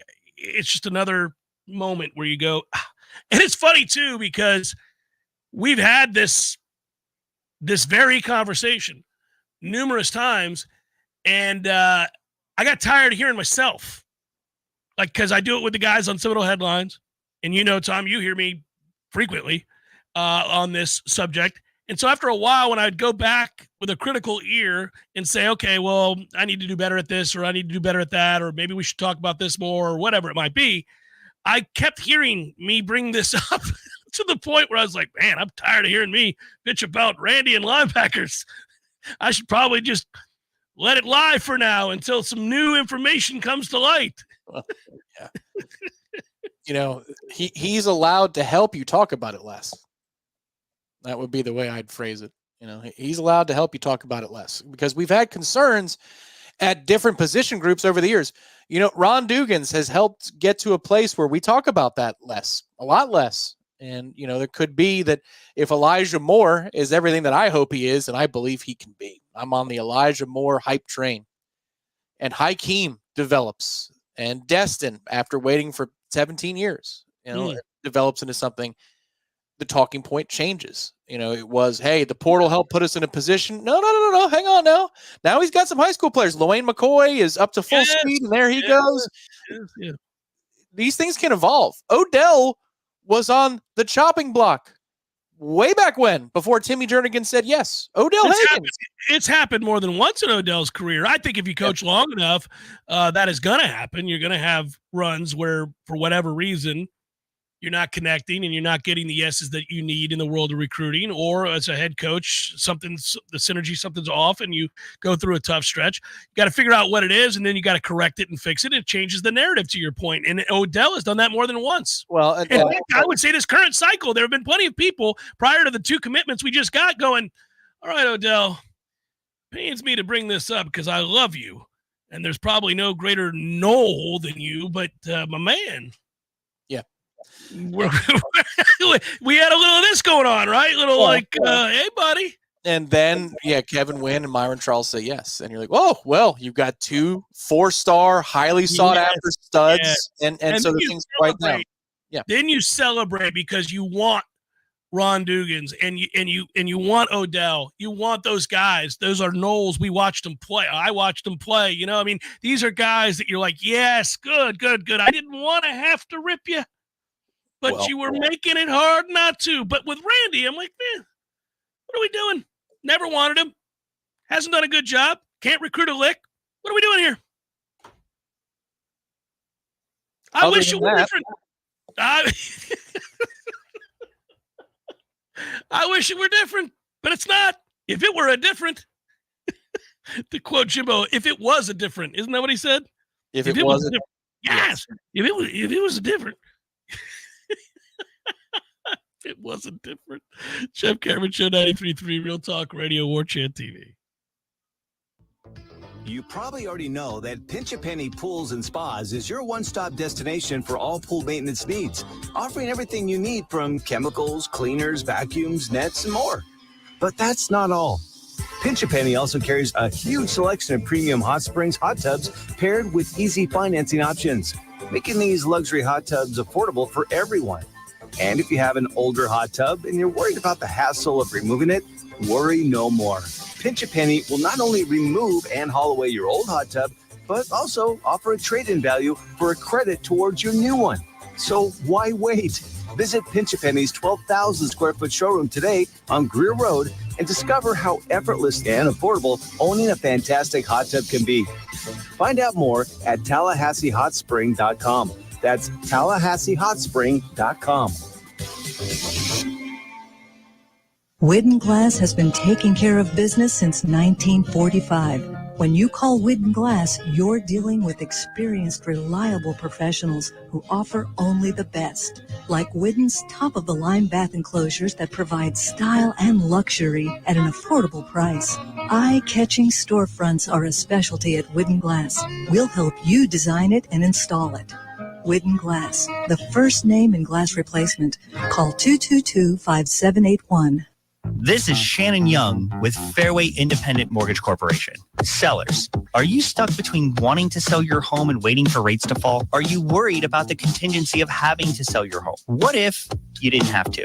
With a 2-1 rate buy down, you can lock in a lower interest rate for the first 2 years of your mortgage and get the home you want now, all while having a higher chance to buy that next home with the contingency of selling yours. If you wait for rates to fall, you risk more competition, sellers less likely to wait, and paying more for that next property. If you're stuck, we need to talk. Give me a call at 954-369-6171. Again, this is Shannon Young with Fairway Independent Mortgage Corporation. That's 954-369-6171. And don't forget, for every loan we close for our fellow Knowles, I will personally donate $250 to the Battle's End. Equal housing rent. NMLS number 373031. Tallahassee is full of rich history and traditions. When you think of things that jump out in the minds of longtime residents, the state capitol, McClay Gardens, the Springtime Tallahassee Parade, FSU and FAMU Sports, the St. Mark's Lighthouse, St. George Island, and Paul's Termite and Pest Control. Paul's has been protecting thousands of people, their pets, their homes, and their lawns in the capital region for over 50 years. Locally founded and still locally owned and operated. There aren't many businesses in our industry that keep it together that long. Paul's Pest Control has many customers we've been honored to serve for over the last 50 years. We've experienced tremendous changes in how we treat homes and protect the people that live there. We've moved from liquid termite treatments that require drilling into the home's foundation to Centricon, a baiting system which works with their natural biology. We've moved from interior service to exterior treatments for general pests. But one thing we're not going to change is our old-fashioned commitment to personal service for each of our customers, the same way we've been doing it for over 50 years. For the elimination of termites, any other pests, and a greener lawn, too. Call Paul's. We'll get them all. Science-backed, technology-tracked, and coach-led. Hey, Jeff Cameron here. You've heard me rave about the benefits of Orange Theory Fitness and the proven track record of science-backed interval training. Well, now Orange Theory Fitness has done it again, adding more ways for you to improve your health and look your best. In addition to the always great standard workouts, OTF has added Tread 50 and Strength 50. For those in the mood to just lift for an afternoon or attack those cardio goals for the day. Take the guesswork out of exercise. Make sure you're getting the most out of each and every workout. Orange Theory Fitness, location Midtown Tallahassee and Village Square Boulevard. The Jeff Cameron Show, brought to you by Orange Theory Fitness. 2 Tallahassee locations, Midtown on Thomasville Road and Northside in the Village Common Shopping Center. Online at orangetheoryfitness.com. Did you see this story, Tom? Jamarcus Russell back in the news. Back in the day, we had a lot of fun with Jamarcus Russell just because of because I had to learn what the purple drank was. That's really what it was. That's the first time that we had fun. I was like, what's the drink? What is the drink these kids are talking about? It's the Texas tea. Yeah, it had multiple names at that time. And I was just an old guy who had no idea what the kids' drugs looked like these days. And that's what it was. So then anyhow, then things spiraled and got bad. So we stopped making fun of Jamarcus Russell because it went from something innocent like the purple. Well, I don't know how innocent the purple drink is, but then it got a lot worse. But I saw his name the other day. I was reading a college football story, and I saw where he was fired as a volunteer assistant coach at his old high school, his alma mater, Williamson High School. And here is why, my man. Now, this is bold. I just want to give him credit for being bold. And also, maybe somebody you and I need to hire. I mean, it might be a bit of a shaky hire, but when you're able to secure these kinds of dollars for advertising, I just think you must have a way with words. It's in Mobile, Alabama, and the high school, Williamson High School, said that the reason they fired him was that, and he was relieved of his duties, was that he had been reinstated after having been let go once before. They brought him back in, and now he's no longer going to be permitted to be around the program. And they said it's because he had approached a local business for donations to help the football program's weight room. Now, I have 2 kids that are playing high school football. One's going to be a junior, one's going to be a freshman. I'm very aware of the need to help fund these programs, and a lot of high schools do this, right? They're like, come on, parents, we need you. We need, we want to get the latest in equipment, and we got to upgrade our weight room, and we need better helmets, and we need all this stuff. So I get it, and that sparked my interest. I continued to read. So my man, being Jamarcus Russell, an alumnus of this high school, recognizing they needed more help in that weight room, sought a donation, went to a local business in which he was able to procure a check, Tom, for $74,000 from a local business. Buddy, my man is a natural salesman. 74 grand for weight room upgrades at this high school. However, per documents, he deposited the check at a local credit union and withdrew $55,000 on the same day. So he stole the $55,000 of the $74,000 and did not give it to the high school. He says it was just a mistake. He mistakenly cashed the $55,000 of the $74,000 into his own account. But man, dude is a selling Jesse. Can you imagine in the radio world if I turned to a salesman and said, hey, we're looking for a new title sponsor. We're going to do a new segment every Wednesday. It's a fixed position feature. See what you can get. And they walked back in and went, Cameron, 74 grand for that Wednesday feature. Yeah, you can't, right? Yeah, I imagine that's also how it kind of went with the high school. And he was like, hey, look at this. I did well. I got Garfielded there, and I'm going to use that as a verb because Garfield was famous for cutting a slice of the pie, and then he leaves the slice and he takes the whole pie, and that's what he eats. When you said he withdrew 55, I'm like, oh, he kept 19. Well, if you're talking about commissions, it's not the right move. It's not a good move, but okay. No.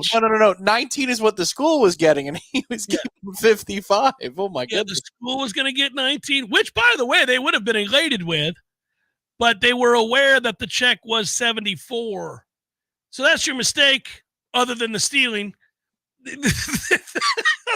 Well, you know how that goes. You've got, the athletic director of the school or the principal of the school calling the business and saying, we just can't thank you enough for the gift. I mean, wow. Who gives a local high school here in Alabama $19,000 for the weight room? 19? Oh, no, sir. I appreciate the call, and I hate to be the one to correct you, but we feel strongly about high school athletics. We wrote that check for $74,000. Gave it to Jamarcus yesterday. Merv, come on. You're $74,000. I mean, with all due respect, you've got a nice business, but you don't do that kind of business. 74,000. But Merv, it does feel like 74 to us. 19 feels like 74. So it's great. I hear you loud and clear, and I'm excited. But come on, Merv. No.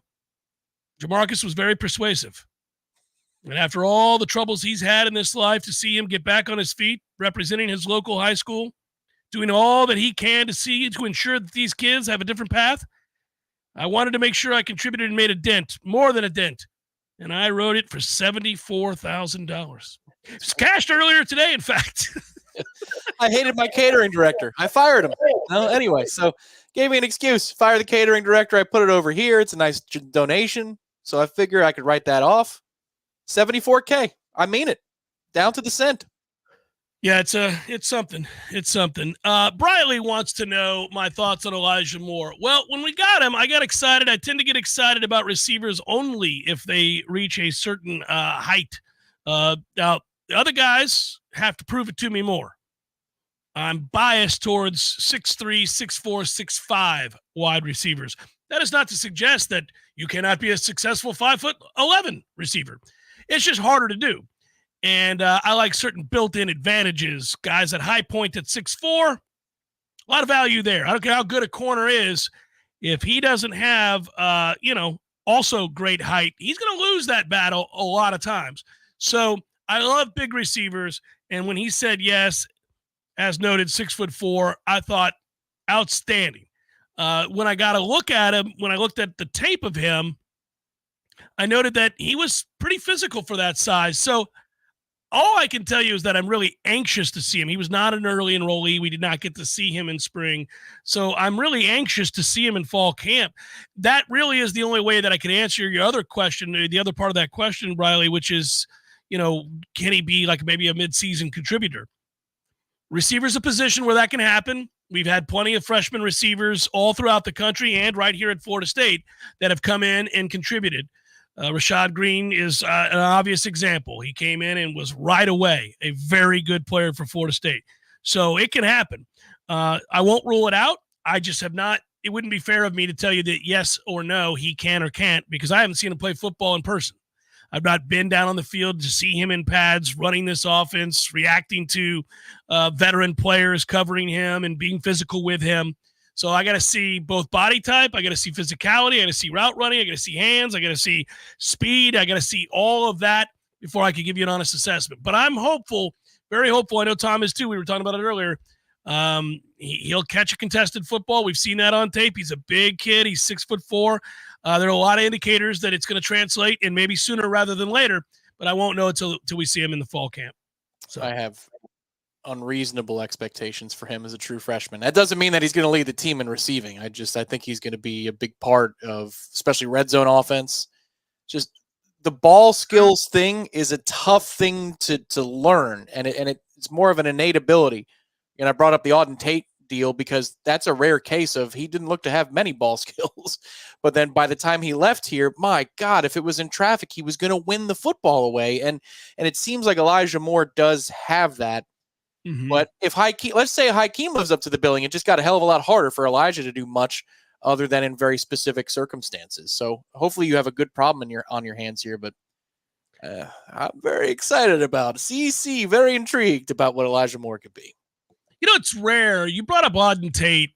That's the damnedest thing, man.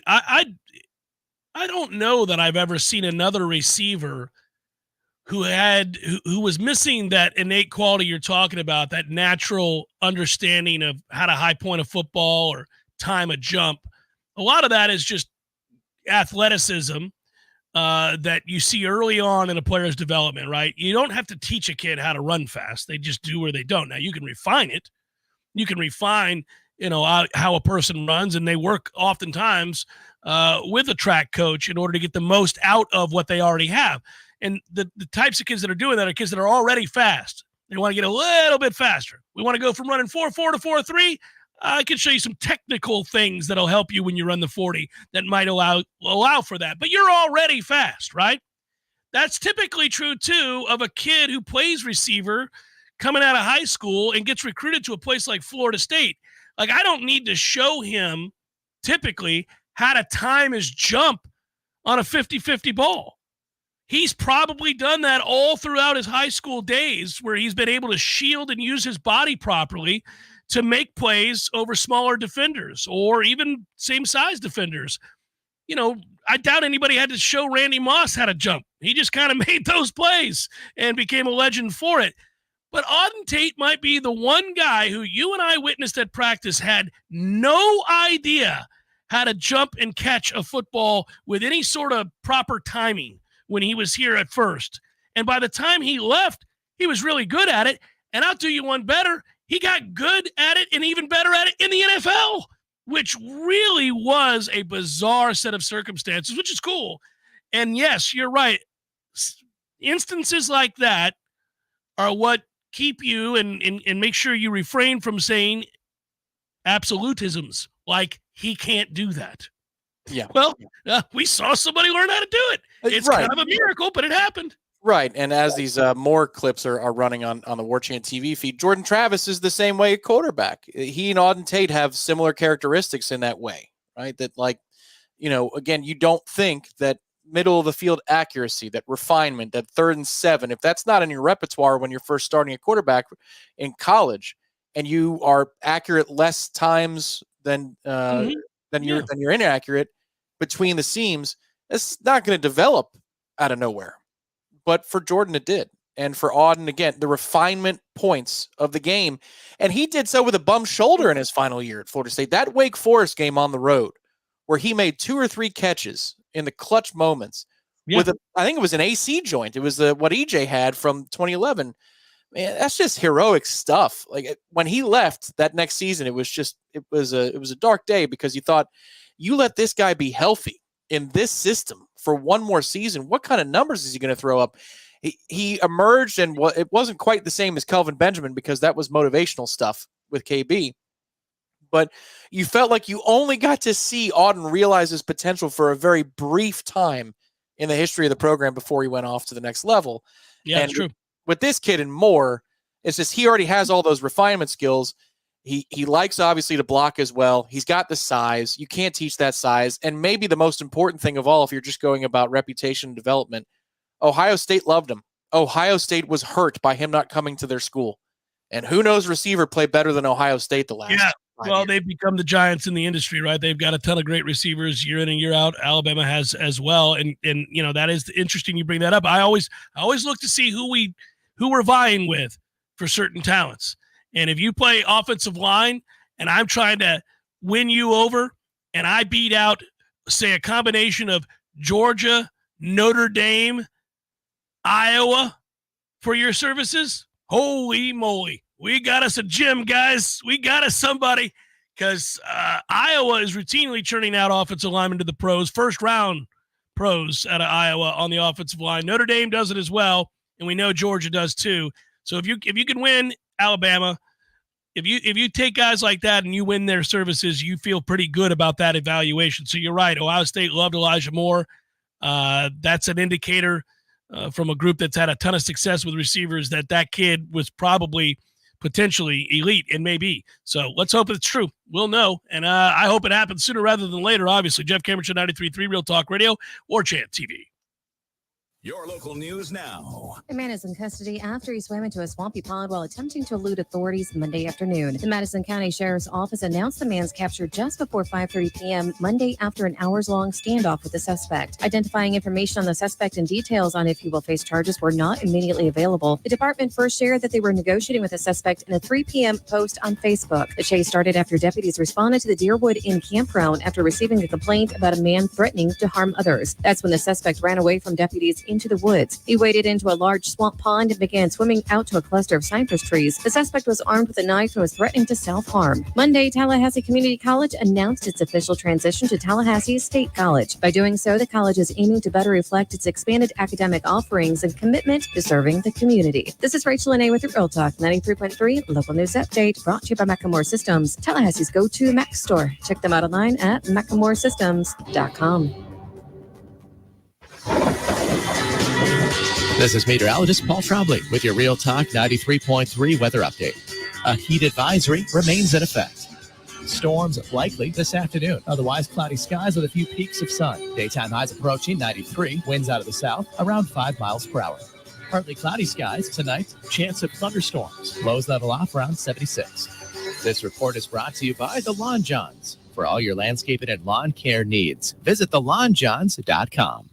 Right now, it's 85 degrees. Summer festival season is going on now at Chawan Korean Steakhouse, and that means prizes and giveaways every single day for guest dining between 6 and 7 p.m. Bring all your friends and family, and every dinner purchase between 6 to 7 p.m. is an entry to win exclusive giveaways like 55 and 65-inch TVs, iPads, earbuds, and gift cards. Winners are picked at 7 p.m. every single day while supplies last. Don't miss out. It's the Summer Festival at Chawan Korean Steakhouse, Tallahassee's most unique and interactive dining experience.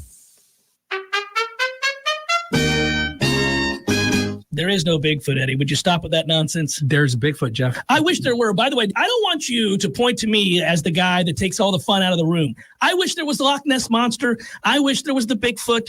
I wish there was the Chupacabra. All the things. They're all mythical except for the Bigfoot. The Sasquatch. The Bigfoot? The Bigfoot. There's big feet. There's lots of them. So like different, breeds, like different kinds there's of. There's like, families. There's different families. And, so if they're in the snow, you call them a Sasquatch. Or the Yeti. Right, yep, and then here in Florida, that's a skunk ape, and I've never heard that one. By the way, why do you think it's real? We would have found them by now. They're the hide and seek champions of the world. Nobody finds the Bigfoot. I think you believe in Bigfoot. I do believe in Bigfoot. You don't believe. I believe in Bigfoot. Don't tell anybody you believe in Bigfoot. I would go look for Bigfoot, but he scares me. Gordo's bringing the flavor and flair of Cuban food to Tallahassee since 1996. The Jeff Cameron Show, brought to you by Orange Theory Fitness. 2 Tallahassee locations, Midtown on Thomasville Road and Northside in the Village Common Shopping Center. Online at orangetheoryfitness.com. Tried and True Consulting, looking for businesses that are actively trying to utilize their wall space or have an existing television and want to generate some revenue. Don and Joe are ready to help you and other local businesses. The Tried and True ad program will give you the much-needed boost and or exposure your company and services need for more people. That's right. Bring them on in.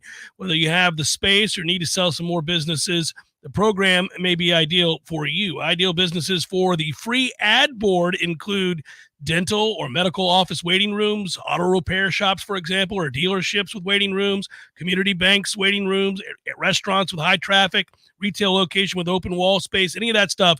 Right now, locations can take advantage of a free ad board. All you got to do is call Tried and True Consulting, as I bring up frequently my friends at Tried and True. Best in the business. I'm excited for these guys. 844-464-6653. Or you can scan that QR code that's on the screen right now. Can't believe we're down to the final 15 minutes or so before a little 4-day weekend. And Tom, when we come back, we'll have to get ratcheted up for a game release, Games for Less, Appalachia Parkway, everybody, and get geared up for the ACC kickoff. I've got to pull the trigger. Still haven't bought my Ireland ticket yet, meaning the flight. I got to get the flight done tonight or tomorrow. Would be advisable. I would probably, yes, make sure that that's all set up. But looking like it's going to be a really good time. We will announce in the next week or two the bar that we'll be broadcasting from. In Temple Bar, Dublin.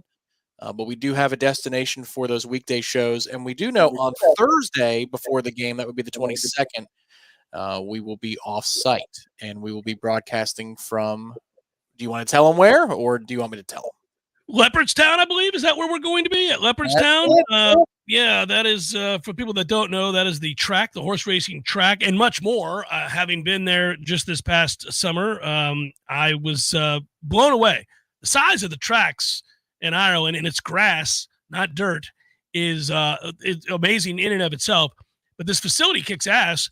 It not only has that, but it has a setup. It's almost like going to the Battery or any of the newer ballparks. If you go to the Battery in Atlanta, I'll give them a lot of credit.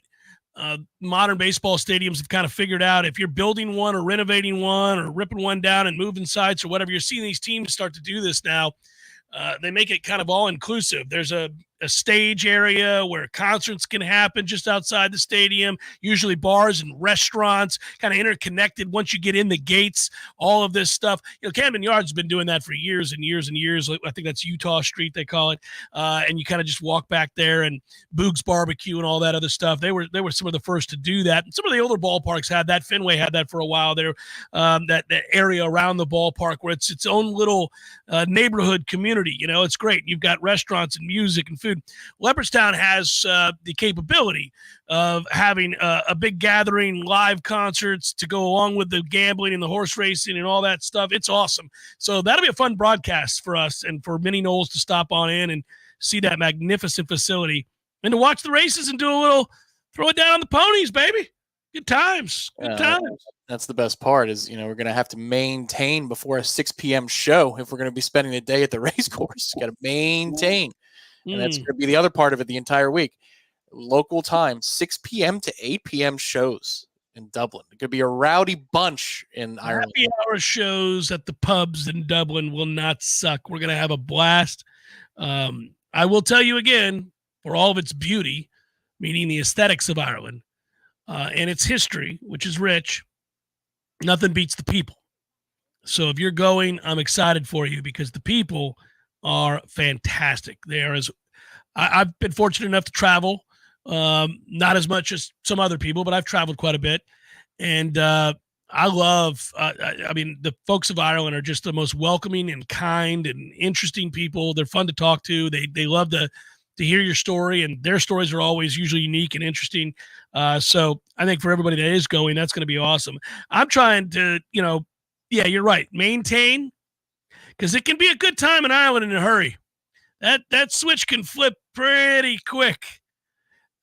Those pubs are so warm and welcoming, and just the ambiance of those places tell you, I think I will have another one. And then, you have that other one, and then you look around and you see the merriment, and you go, I think I will have another one. And then after that one, somebody else walks in and they add a light to the room, and there's some more laughter and the good times. And now maybe the music's going, and all of a sudden you go, I think I will have another one. And pretty soon it's been 7 other ones on a Tuesday. Yeah. I think it can get you, Tommy. It can get you just like that. The good part about that, so the bad news is that we're early to bed, early to rise, relatively speaking, I would think, against the normal crowd, right? Like, don't you go to bed fairly early? I know I do. Yeah, but not when I'm in Ireland. Well, that's the thing. You're gonna have to change the body clock for this particular trip, because since we don't work till 6 in terms of the live show, we're gonna be working a lot. But since we don't work till 6, that means that the early happy hour stuff you gotta stay away from. But since we don't work till 6, the next day you can, when we get off the air at 8 o'clock, how do you do? No problem. You can say, I think I will have another one. And you would be right. If we had a 1 p.m. show the next day or a morning show the next day, that would not be the correct answer. But if you don't have a live show till 6, what the hell? Might as well. By the way, to answer you all's question, or at least what I've seen out there projected and talked about, I don't know the reasons that Tavion Wallace, the number 37 prospective, wherever he was, that there is why he committed to Arkansas. I just know he didn't commit to Florida State. And I know the answer whenever we don't get a guy, for many, is always going to be, well, maybe somebody else paid him more. Maybe not. I don't care anymore. I'm just tired of the nose at that particular position. I know that Florida State is highly competitive. If there's somebody that they really want, for example, they're right there. They're right there and able to make the kind of commitment, if the coaches are a big believer in that particular player, that is necessary. And you've seen it at a lot of positions. So I tend to think that they're not like, oh, you know what, Randy? No, we're not going to do that. That's not the feeling I get. It would be weird, right? Like why you would be willing to ante up for all the other players, but just not that one. Yeah, seems strange. I think the silence is the best way to approach it because when the kid commits, and a different kid commits, and a different kid commits, and you're at the coaching offices, that's what you hear. Just silence. Just a bunch of that. Instead of high fives, walking down the hallway, your colleagues loving on you. I was in the room for the aforementioned. We discussed this, but the Odell Hagen's commitment. It was Timmy Jernigan deciding. He was live at Lake City, Florida. It was on ESPNU, and is live in Lake City, Florida. Where's he going to go? And he chooses Florida State, and we were allowed in the room for that one, which is a risk because sometimes Jimbo let us in the room, and the answer was not Florida State. One of those was linebacker Tony Stewart, to which Jimbo turned and showed everybody that he did this. Yeah. Clemson paid him. Which interesting tactic, Jimbo. Probably don't want to do that, considering I'm sure we probably helped a couple of kids say yes to Florida State. I don't think that's ever happened. Okay, it never did. So when Timmy says yes, everybody jumps up at the table. It's like a boardroom table, they go down the line. They're giving Odell hugs.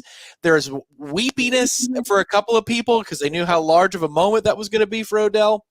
That was awesome, and that's what happens when you get a top flight recruit to say yes amongst the coaching staff. But when the answer is Washington, Miami, I'm going to Arkansas. There's not a whole lot going on in those offices. It'll hurt your feelings. All right, so everybody in the chat, I wish you all a very, very happy 4th of July. Stay safe. Keep all your digits. I do like reading the stories right after the 4th of July in which people don't keep all of their digits. I don't root for that for anybody, but those stories are going to exist because it is the 4th of July. So I would just say to you, hang in there, be smart about it, and have some fun. And now you got to go because I got to do probables. So you guys, I will say peace early. We're back with you.